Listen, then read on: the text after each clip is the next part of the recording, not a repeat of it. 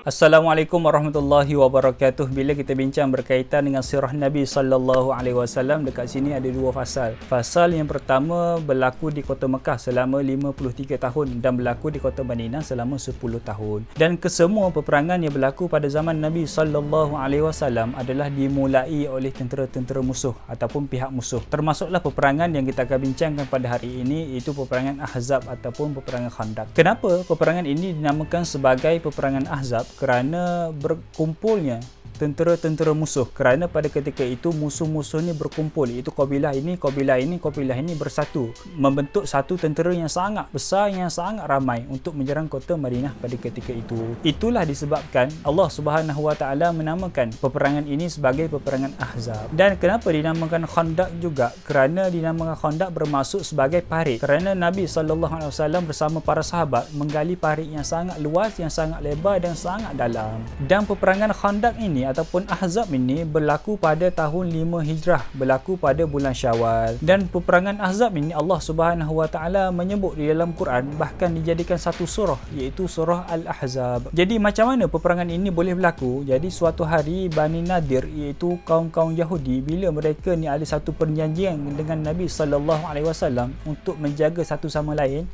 Bila Nabi ada masalah, maka Bani Nadir Yahudi ni akan membantu Nabi. Bila mereka Bani Nadir ada masalah, maka Nabi sallallahu alaihi wasallam akan bantu mereka. Jadi diringkaskan cerita, bila Nabi sallallahu alaihi wasallam pergi ke tempat kediaman Bani Nadir untuk menziarahi, jadi ketika itu mereka khianat perjanjian dengan Nabi sallallahu alaihi wasallam dan mereka nak membunuh Nabi dengan menolak satu batu yang besar ke atas Nabi sallallahu alaihi wasallam. Segera diberitahu oleh malaikat Jibril akan perbuatan Bani Nadir tersebut. Lalu bila Nabi dapat tahu, maka Nabi sallallahu alaihi wasallam menghalau ke semua Bani Nadir daripada tempat tersebut. Maka Bani Nadir ini berpindah ke satu kawasan yang bernama Khaybar. Jadi bila mereka dihalau, Bani Nadir Yahudi ni dihalau, maka biasalah mereka ni ada sifat dendam. Mereka tak puas hati dengan Nabi. Jadi mereka ni, iaitu ketua-ketua Bani Nadir, keluar daripada kota Khaybar untuk pergi ke Mekah dan Rotofan untuk berjumpa dengan Quraisy dan Rotofan untuk mengajak mereka bersama-sama untuk melawan Nabi sallallahu alaihi wasallam dan menyerang kota Madinah pada ketika itu. Dan diringkaskan cerita, Quraisy di Mekah setuju nak membantu Bani Nadir untuk melawan Madinah. Jadi Quraisy menghantar seramai 4,000 orang tentera untuk melawan Nabi sallallahu alaihi wasallam dan Rotofan menghantar seramai 6,000 orang tentera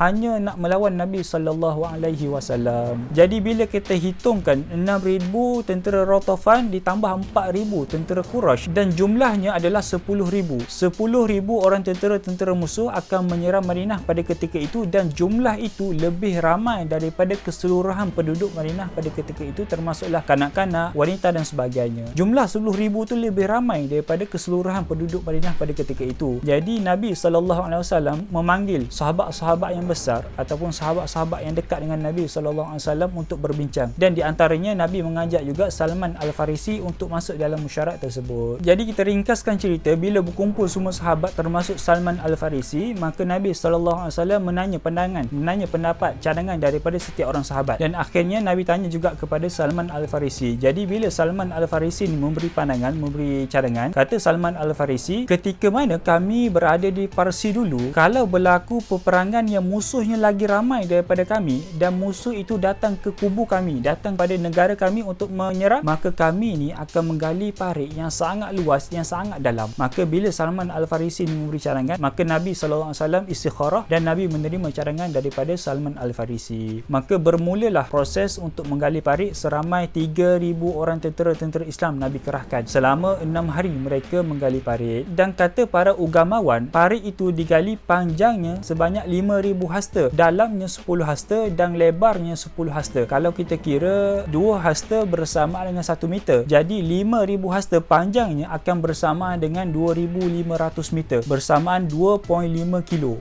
Boleh bayanglah berapa panjang parit yang digali oleh Nabi sallallahu alaihi wasallam bersama sahabat. Jadi bila selesai 6 hari menggali parit apa semua tu, jadi tentera-tentera musuh ni sampai. Jadi bila sahaja mereka ni sampai, maka mereka terkejut kerana strategi yang dilakukan oleh Nabi sallallahu alaihi wasallam wasallam adalah strategi yang tidak pernah dilakukan oleh bangsa Arab sekalipun. Kerana kita tahu strategi itu bukan daripada Arab, tapi strategi itu asal daripada Parsi. Maka kota Madinah pada ketika itu dikepung.